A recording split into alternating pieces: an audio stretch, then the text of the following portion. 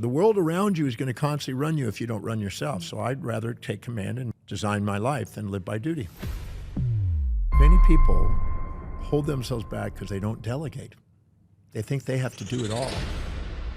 Start with what you know. What is it you know that you're deeply committed to?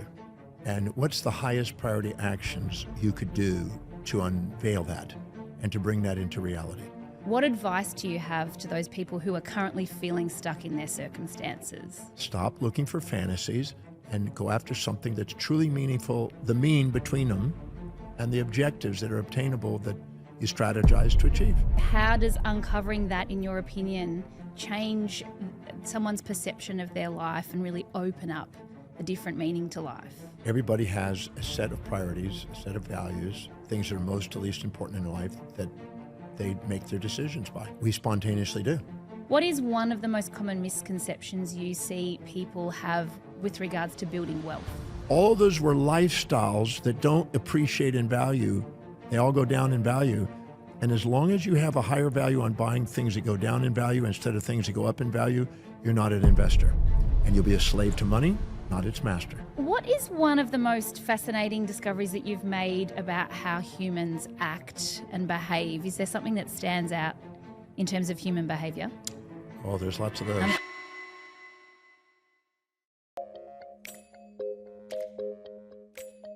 Dr. John, thank you so much for joining me. I'm very excited to have you here. Thank you for having me. I've followed your work for a long time. You've been on the podcast before, quite some time ago, however, but it's really great to have you in person, obviously, to be able to bounce some, words and questions off each other in the real is different. I've been looking forward to it. Amazing. So, look, we all want to start with a backstory. We all want a quick backstory. I feel like for you, that's not an easy thing to do.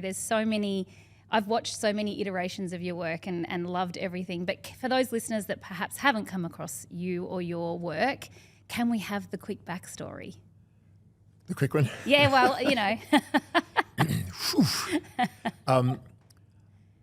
I was born in 1954. I had a deformity of my arm and leg. I had a speech impediment. And I had to go to a speech pathologist and wear orthopedic braces on my arm and leg until I was 4.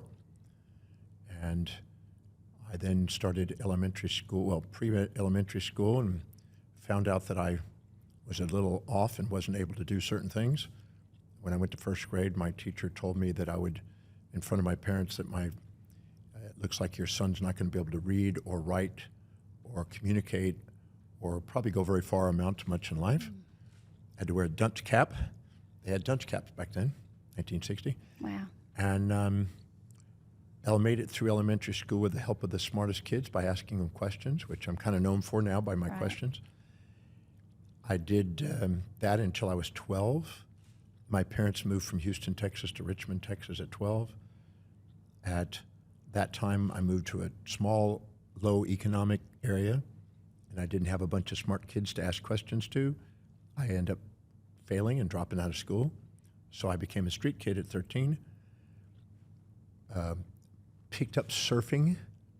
As you do.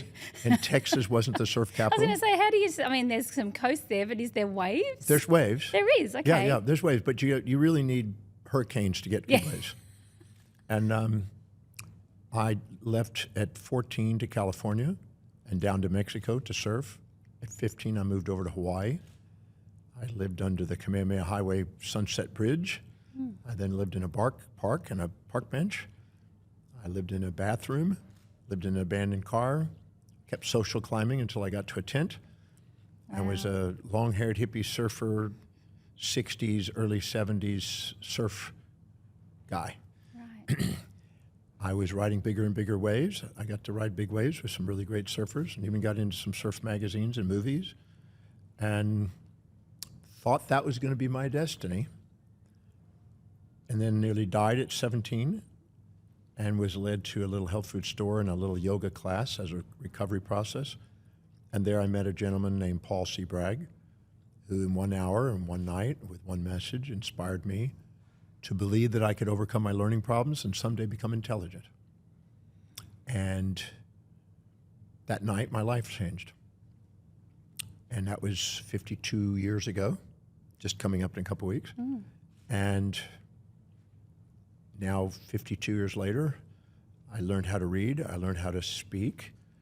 I had a lot of work. Right. I mean, I failed at the beginning, but I just stayed with it. And if you stay with something long enough, you get somewhere. And I was able to grow my vocabulary and grow my speaking abilities and practice speaking. And now I had a dream when I was 17 to travel the world and become intelligent and teach. So that's what I do today. I've spoken in 160 countries. I've reached a lot of people. And everything the teacher said I would not be able to do seemed to be the thing I was destined to do. And was that a result of, there's so many parts to that, because there was one moment, there was a turning moment, but it's a series of moments. And I'm sure you would agree that, we all have moments. It's just a matter of being able to put them all together to see where that's led you today. Yeah, the night I met Paul Bragg, I really saw a vision of what I wanted to do, but it seemed so far out, way out beyond what my thinking capacities was. But if you just take little incremental baby steps, they build big dreams, like piggy banks become biggie banks, and I just never gave up on the dream to learn how to speak properly and read. When I tried to go back to school, I failed my first class, and I took a GED and somehow miraculously guessed and passed that. And then I tried to go to school and I failed. I got a 27 and everybody else was above 72. And I almost gave it up at that moment. My mom saw me crying in the living room and said, "Son, what's wrong? What happened?" I said, "I blew the test. I guess I'll never read, write, communicate, never mind thing, never go very far in life." I reiterated what my first grade teacher said. My mom just paused, didn't know what to say, and finally she reaches over and puts her hand on my shoulder and she said, "Son, whether you become a great teacher, healer, and philosopher and travel the world like you dream, or whether you return to Hawaii and ride giant waves, or you return to the streets and panhandle as a bum, I just want to let you know your father and I are going to love you no matter what you end up doing."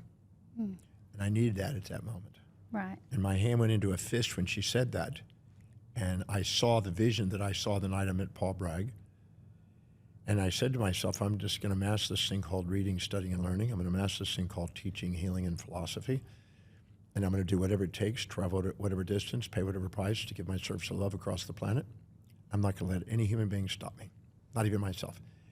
And I went into my room. I hugged my mom. I went into my room and I got a dictionary out. And I started memorizing 30 words a day. And my mom would test me on 30 words a day, how to spell them, how to pronounce them, what their meaning was, put them in a sentence. And I grew my vocabulary 20,000 words in 2 years. Amazing. And I went from the bottom of the class to the top of the class. And I never stopped reading since that day. And it's all just increments of the practicing the same thing over and over again. And believing, I guess, as well. Yeah. If you just put the hours into it, I think any human being can do any extraordinary thing if they just put the effort in. 100% agree. Now, in today's world, it's pretty fast-paced and people are really disconnected from their true values. And I know this is something that you really focus on a lot, is helping people find out what their true values is. And it's such a game changer in doing that. I want to ask you, how does uncovering that, in your opinion, uncovering one's core values, change someone's perception of their life and really open up a different meaning to life? When I was 23, and I was entering into professional school to be a doc, I asked myself a simple question. Why do some people walk their talk, some people live their life? Why do some people do what they say and others don't? I wanted to know the answer to that. And it boiled down in my research to human values. Everybody has a set of priorities, a set of values, things that are most to least important in their life that they make their decisions by. And whatever's highest on the list of values, the thing that's most important, most meaningful, most priority, we spontaneously do. And they light us up. And they light us up. Yeah. Right? We spontaneously are inspired to act upon what's most meaningful and important to us. But things down the list, as you go down the list, you procrastinate, hesitate, frustrate. You need outside motivation to get you to do it. I use an example of a young boy who loves video games. You don't need to remind him to do his video games. Right. He just spontaneously does them. But you need to motivate him externally to do his homework, chores, and cleaning his room. So you say, Johnny, you can't play the video games until you clean your room. When you clean your room, then you can play your video games. So we use reward and punishment on lower values, but we don't require anything because it's an intrinsic value. What's highest is intrinsic and it's spontaneously acted upon.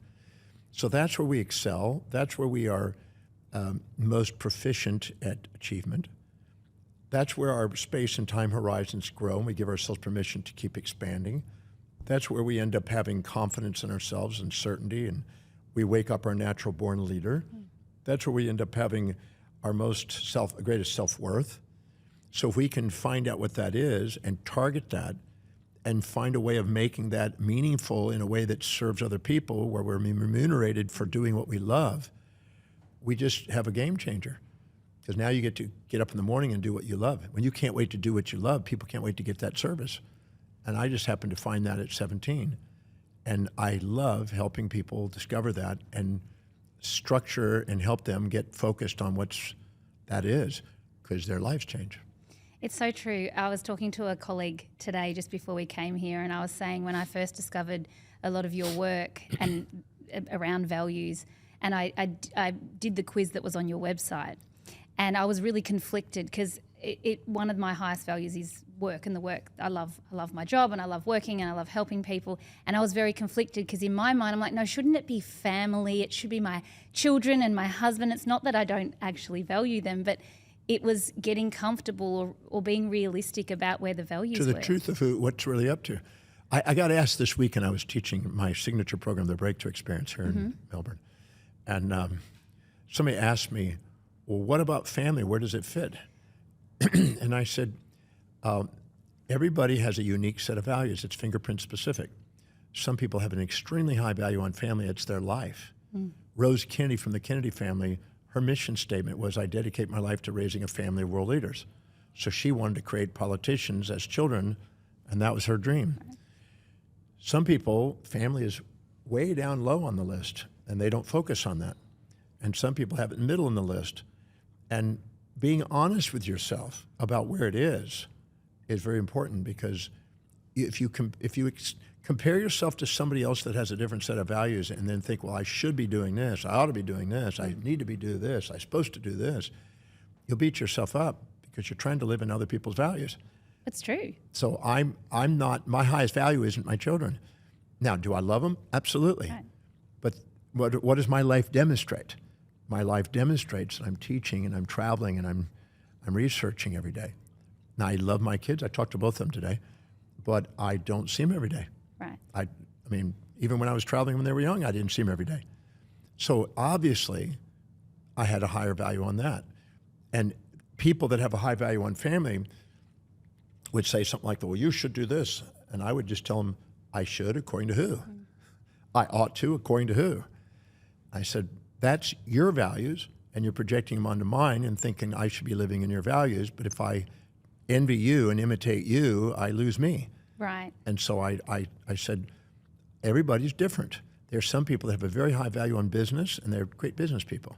Others, great value in spirituality. Right. They're great mystics or something. Others, sports people. Others, family. Others, socialites. I'm just intellectually, I like being a teacher and traveling the world. So I'm not wrong or right. I'm not better or worse. I'm just different.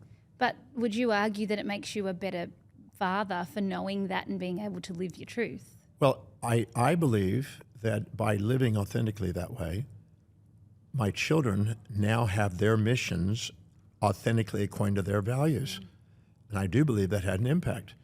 And at first, all kind of people project onto you. Yes, they do. You know, everybody gets up and projects onto you what you think, what they think you should do. And they mean well. They love you according to their values. Yes. But I realized, I just say to people, thank you. If I learned something from Plato's writings and Socrates. And it was a really funny thing. It's a little sarcastic, but I'm going to say it. There's a gentleman that came up to Socrates and said, howbeit that you keep teaching the young people such abstract and unimportant topics. They need to be learning how to survive and how to, work and make money and practical things, not abstract things. And Socrates said, oh, you were so wise, I'm so foolish. I can't believe that I didn't see the obvious. If you ever see me teaching this abstract information again, please feel that I'm unworthy of any more comment. In other words, bug off. Yeah. Bug off. You do you. Yeah. So he did it diplomatically, and I remembered that, and I thought, thank you, but no thank you. Right. I know. I think it is so important, but I do think especially women don't necessarily allow themselves to live to those core values because we're conditioned to believe that we should be home with the children, taking care of their every need. And I never forget one day, one of my best friends said to me, I'm a better mother for working, and I was horrified at the comment, but I didn't have children yet, so I had nothing to gauge that on. And then once I had my own children and I realised what that meant, I was like, oh my goodness, I understand that is, and the work that she was doing, she placed such a high value on that actually did make her a better mother for working. But I still don't think that we're there yet as a society, is accepting there's conventions and traditions and mores that pass down through the ages that take time to adapt. And we sometimes get trapped in an industrial age or an agrarian age, and we're in a different age. We really are. That's part of the game. Yeah. I have to share a funny story. I was doing a training program in Houston, Texas, and there was a lovely lady named Margarita, Spanish descent, who was there. And right next to her was another lady named Katz, I think her name was. No, Pam Max. And so all of a sudden, Margarita gets the telephone call, and it's from the police. She gets a call, and the police is on the phone, and she's turning white almost. And she just found out her son skipped school, was smoking pot, got caught with pot, and stole a car. Oh, dear. And she's just like going like, oh, my God. So it was like the end of the world to her. Of course. She felt like a failure. She felt like, what did I do? What did I do wrong? And she literally put her head on the thing and started bawling and crying. And Pat Mack, that's her name. Pat Mack said, Margarita, what the heck, what happened? He says, I just found out my son stole a car, was smoking pot, got caught with pot, and skipped school. And he's at the jailhouse right now. And I just feel like I should have been home for my son. I've been a working mom. I should have been home for my son. I should have been there every day. I should have taken him place. I should have this. I should. And Pat Mack slapped her. Boom. Stop it, Margarita. That's ridiculous. The pattern erupt from Margarita. What? Why'd you slap me? It says, that's ridiculous. I spent my entire career, my whole life, with my kids. I sacrificed my job. I was there 24 hours a day with them. I was taking them everywhere they wanted to go. I made sure they were this, and I made sure that. And 2.5 weeks ago, my son was caught with pot in a car that was stolen, exactly like your son. And I thought I should have done what you did. Right. And you thought I should have done what I did. Stop it. Great story. So they were basically thinking the other one had a greener pasture. Right. Now, I know both of those sons. I know both of those mothers. 30 years later, the young boy who stole the car from there became a computer specialist, owned his own computer consulting company, and helped me and many other people, and went back to that dealership and bought a car with cash. Wow. There you go. And it was really interesting, and he made sure I knew about it. He says, I'm just want to let you know that all these years later, I'm now in a position, primarily because of learning things he learned, that I'm in a position now that I can buy a car cash, not even think about it. And so he bought this car cash, and he said, the guys that were at the car dealership were different people.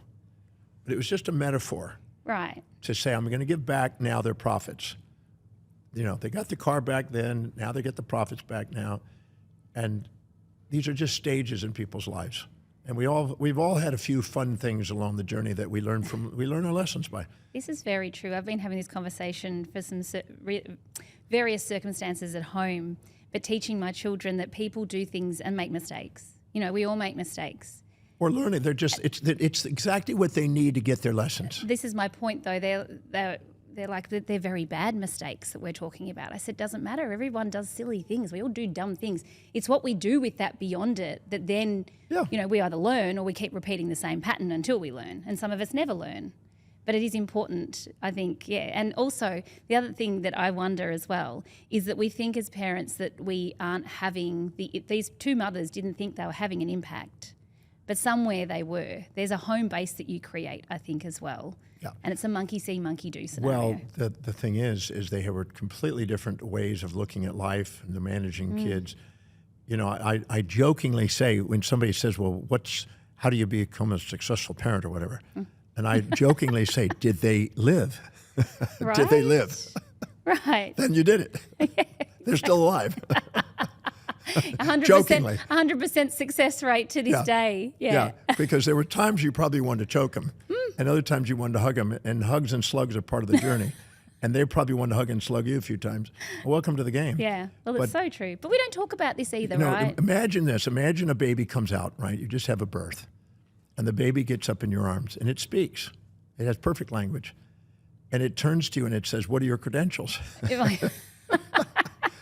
What are your credentials? And you go, I don't know what I'm doing. Absolutely. I have no idea what this is about. No idea. And we allow that. And you're allowed to look after me. You're allowed to not know what the heck you're doing, and you're responsible for that, and you have the responsibility. It's really quite irony. It is. It's so true. I mean, a lot of people obviously are hearing this, but they feel stuck in where they're at right now. I think it's a very common story, actually. Like, I don't really know what the next steps are or what should I do. What advice do you have to those people who are currently feeling stuck in their circumstances? Well, I don't put a should on them. So there's no should you do. I ask them what exactly do they know. I always say start with what you know. Mm-hmm. What is it you know that you're deeply committed to? What does your life demonstrate is deeply meaningful to you? And what's the highest priority actions you could do to unveil that and to bring that into reality?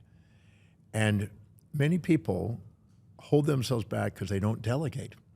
They think they have to do it all. We were just talking about this. We were just talking about this. They don't delegate. I was 27 years old. I'd opened up a practice. I had one assistant that I'd hired, and I was doing everything. And I remember one time I was sitting in my little office, and I was doing a bank reconciliation. Oh boy, that's fun. That's like not what I love doing. But I was doing it, and I was trying to get these numbers to match, and they just weren't doing it.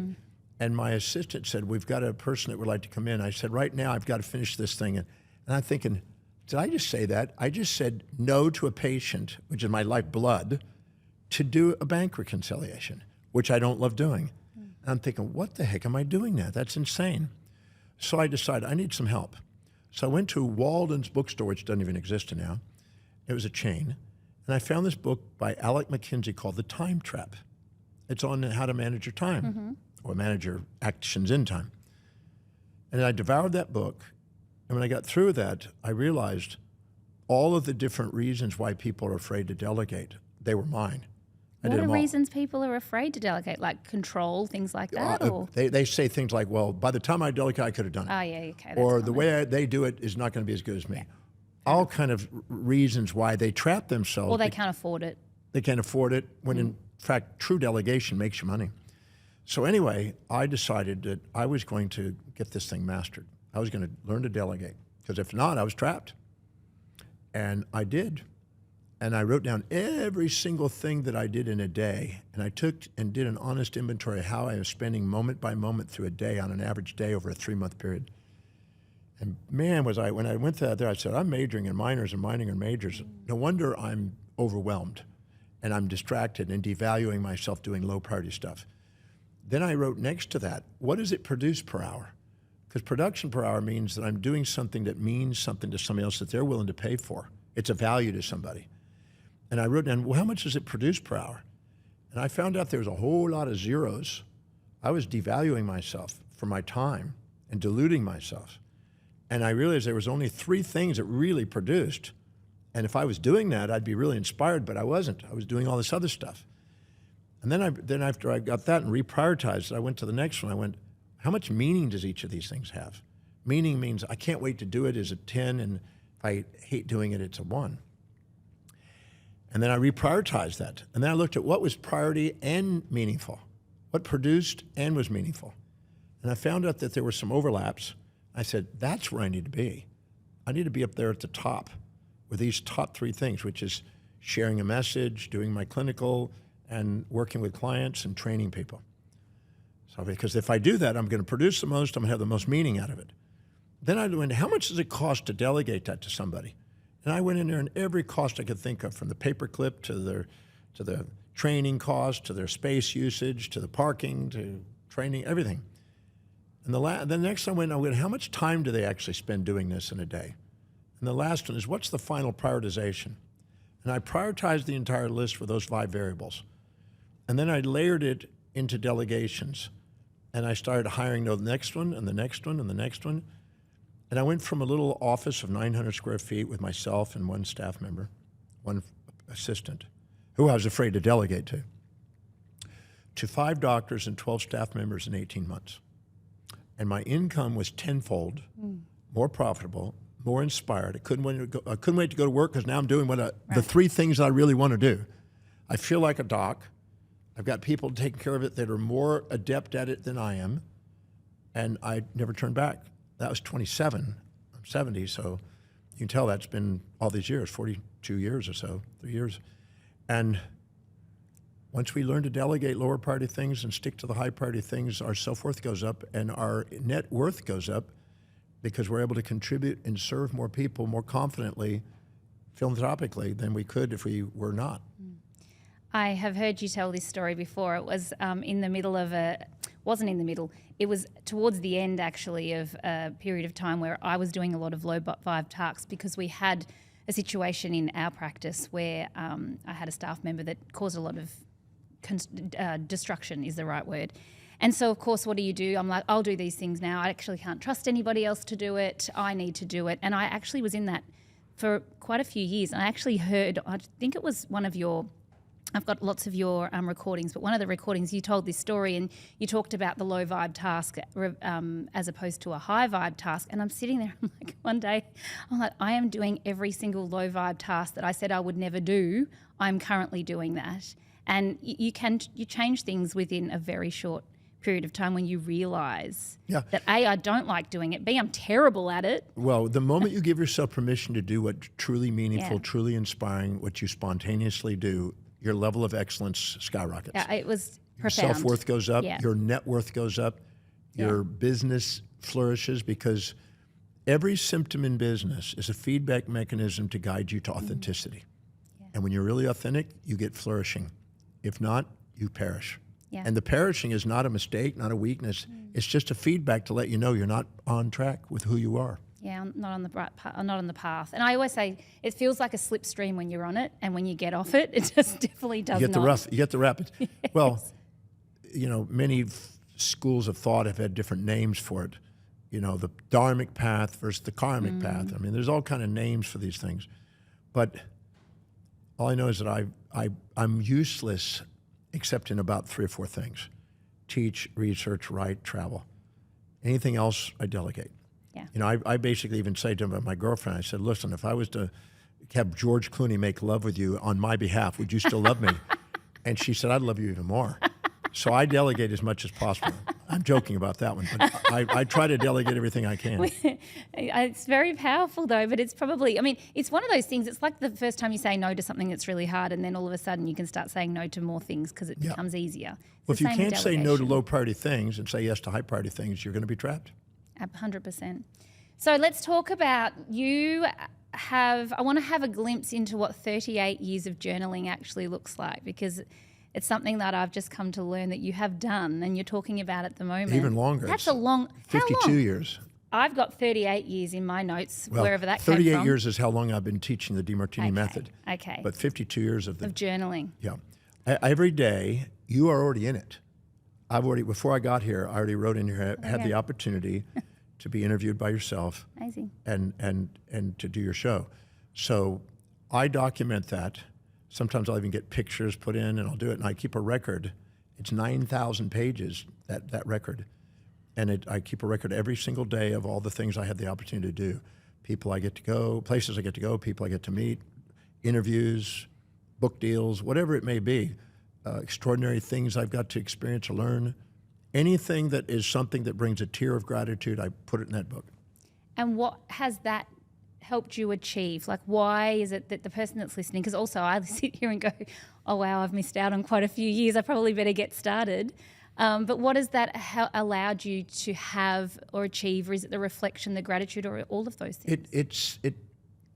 It allows you on the end of the day or during the day to stop and reflect and smell the roses for a moment and to concentrate on what you've been blessed to have in your life.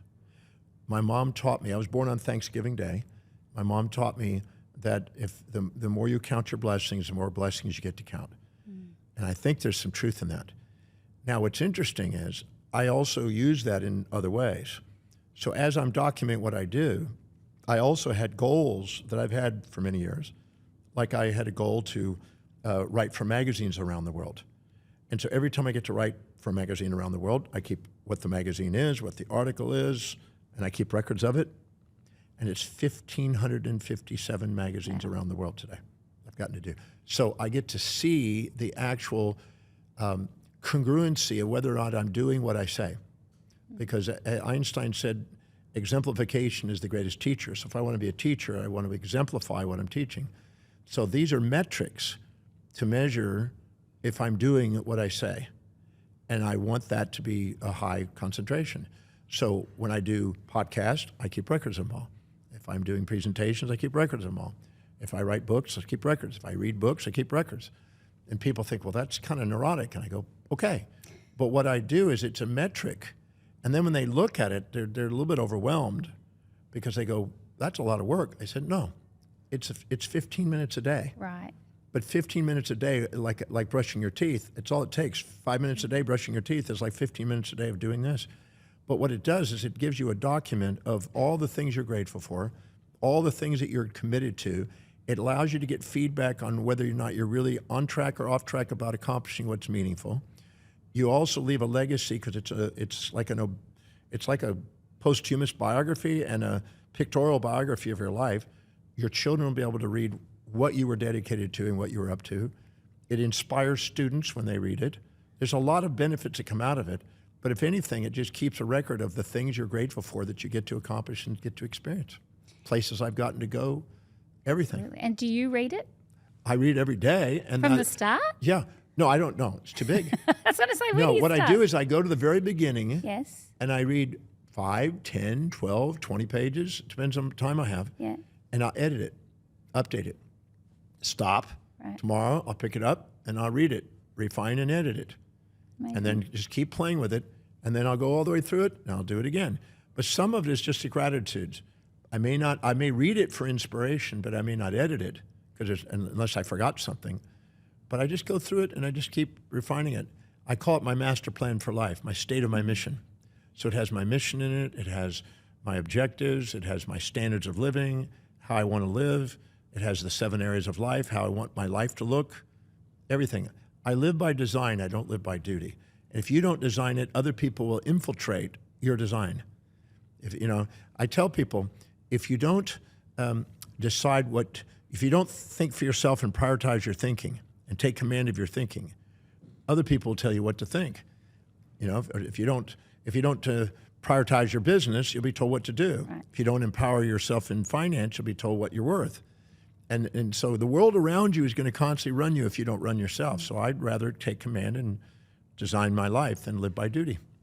I do particularly love that. I think that's why also audiobooks are so great, because I know that I can sit there and do a job like getting ready in the morning. Let's say it's something that I have to do regardless. I don't get to choose to get ready if I don't want to look like I just rolled out of bed. But But playing an audiobook, I've found at that time, because I can either listen to something that's actually going to help me at that time and put my mind in the right space, or I can sit there in my own thoughts. And I find the audiobook does exactly that. I can actually train my mind to do something or think something, whilst otherwise it would just be thinking random things. Well, if you don't plant flowers in the garden of your mind, you're going to pull weeds. Yeah, so true. So I fill my day and document what inspires me, and I fill my mind with what inspires me, so it doesn't fill up with things that don't. It's that simple. It is very simple, and I love it. What is one of the most fascinating discoveries that you've made about how humans act and behave? Is there something that stands out in terms of human behaviour? Oh, there's lots of those. I'm sure there is. You have to choose one, apparently. We have an amygdala, a subcortical area in the brain, which assigns valent judgments to the events that we perceive. And the assignment of valence could be something positive or negative, something seek or avoid, something prey or predator, something supportive or challenging. But this amygdala assigns it and then stores it in the hippocampus, and we store that as what they call episodic memories. We store this information. Then as new information comes in, that storage affects that new information. And so if it reminds us of something that was painful or pleasurable or avoid or seek, we now attach that to our new perceptions. And so all of this accumulated judgments that we have is infiltrating our new information coming into our life and running our life. Whenever we have a valent perception and we have something to avoid and seek, we strive for that which is the pleasure and we try to avoid that which is the pain. Now the Buddha said something in the teachings, at least what I read. I don't know, I wasn't there when he was there. I was busy that day. But he said the desire for that which is unobtainable and the desire to avoid that which is unavoidable is the source of human suffering. So when people strive to try to get a one-sided magnet, if I gave you a magnet and I said, I'm going to give you $1 billion cash if you can give me a one-sided magnet, a positive pole without a negative pole, you couldn't do it. But if you're ignorant, you would try. Well, people are sometimes ignorant and they're trying to get a one-sided life. You know, support without challenge, nice without mean, positive without negative. And the more they strive for one, and they strive for that which is unobtainable, and the more they try to avoid that which is unavoidable, the more that which is unavoidable smacks them. And we call that distress. Right.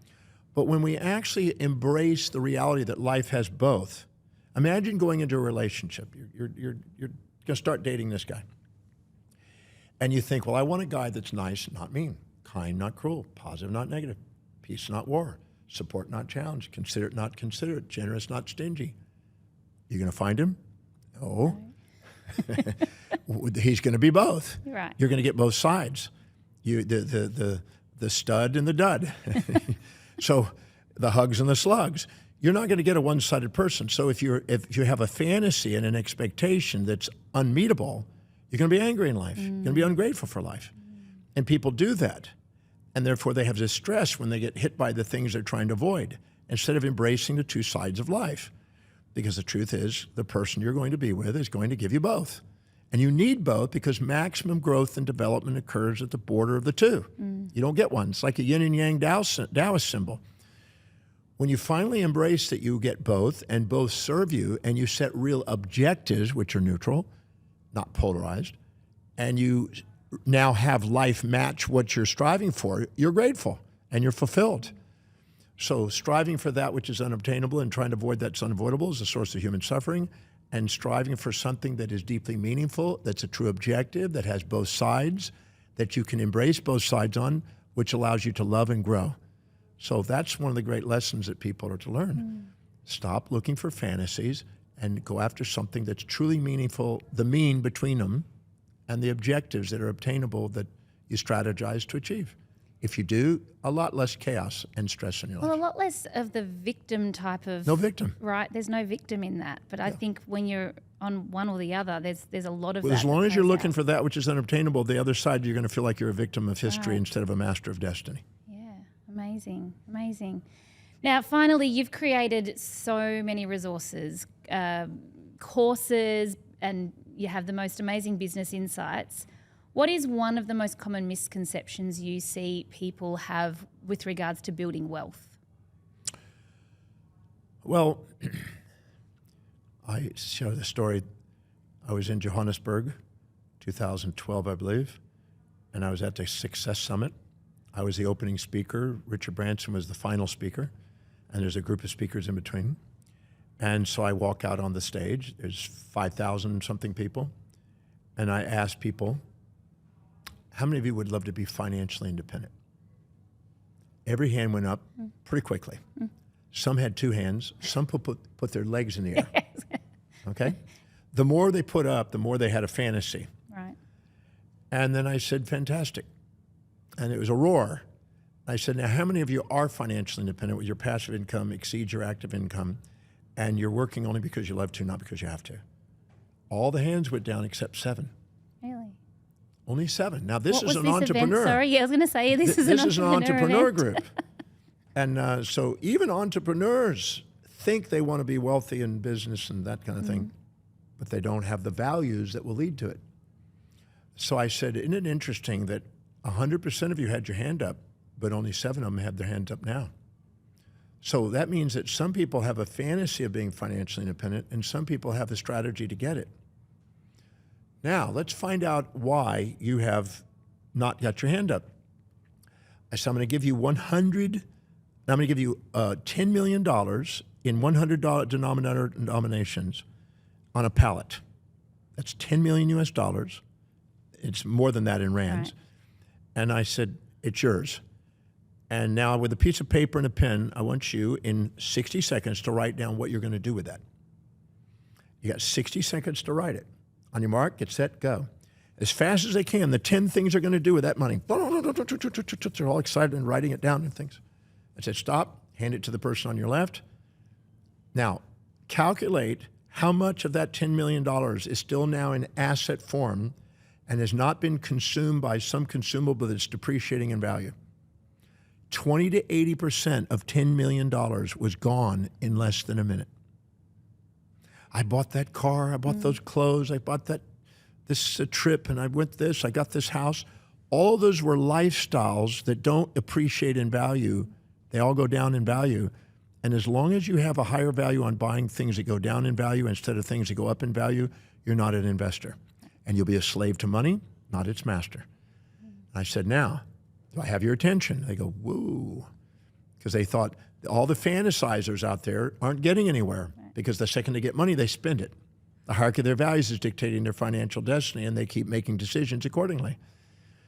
I said, now, unless you have a value on accumulating finances, unless you have a value on serving people, unless you have a value on structuring it and putting a strategy together, the probability is very low. Less than 1% will get there. So, are you ready for that? I had their attention. And then I gave them some strategies. And I said, you want to automate it because emotions will destroy wealth. Strategic automation will put it in place. So I said, if we have some sort of an automatic system that takes money out of your income, just like a bill, and it sets it and buys assets with it, and you don't interfere with it, it's out of sight, out of mind, it's just happening, just like a bill, same as your tax, it's just automating, you will start to accumulate it. And if you sit there and emotionalize it and everything else, you're going to impulse buy, and you're going to react, and you're not going to have that. And I said, and also, if you have any form of guilt or shame in your life, you're going to devalue yourself, and you're going to end up buying other people to make you feel important. Buy other things with a brand to make you feel more important instead of being the brand. And if you don't also have a desire to serve people, then you have no source of income. So there's certain things that leave clues to build wealth. And if you don't have a desire to serve ever greater numbers of people in a manner that meets their needs, where they're willing to pay for what you have to offer, you're not willing to value wealth and not be infatuated or resentful to it, so you know how to manage it, and you're not having some strategy to be able to do something to structure buying assets that actually work for you instead of you working for it, the probability of financial independence is very low. So I get them grounded on the reality of what it takes to do it. Because I lived in la-la land until I was 27. And a guy came into my office and asked if I intended to be financially independent. I said, of course. He said, I have 10 questions to find out if that's true. If you can answer these questions, I'll believe you. If you can't, I will know that's not going to happen. Yeah. And he asked it, and I didn't know the answers. Right. But I did after that day, and my life changed because I got grounded and quit living in delusions and fantasies about how I was going to be financially independent without strategy, without service, with strategy, it changes. without having a values on it. And I valued wealth building, and I became financially independent. And it was, I'm very blessed today because of that. And now my money works for me whether I'm working or not. Right, right. I think what's interesting too is I spend a lot of time mentoring health providers how to actually market themselves and set up solid businesses. I feel like out of all industries, health providers are probably the worst at this because we're here to help people. Well, they're clinical, but they're not financial. That's right. That's right. And I was blessed. A financial planner walked by my office, saw a gullible doctor, thought he could help him, and I'm very grateful he did because my life changed financially that day. Amazing. And I didn't think I could afford to do what it took to do it because I was overwhelmed by what it was going to take. But I just started doing a little bit, and I just kept incrementally increasing it. And all of a sudden, I reached the goal. Amazing. And I try my best to try to give the same tools and principles to other people, and millions of people who apply it are able to turn it around, turn their finances into a different position. Amazing. Well, thank you so much for being here today. This has been awesome. I wish we had more time, but I also know that the words that you've been able to share with us today are so welcoming and help so many people. So thank you so much for taking the time today. Thank you for having me on your show. I was looking forward to it. It's very inspiring. Thank you. Hey there, it's Nat Kringoudis, host of the Wellness Collective podcast. I know how important it is to have a safe space for women's health, and that's why we created NK the Membership, an online sanctuary where you can access expert guidance and support right from home. Get early access to monthly masterclasses, unlimited access to our entire catalogue, and practical resources to achieve hormone harmony. Plus, enjoy a 20% discount on supplements and join my monthly live Q&A sessions. Join our community of like-minded women and wellness experts to revolutionise your health one topic at a time. Visit our website and sign up now. It's legit Netflix for hormones.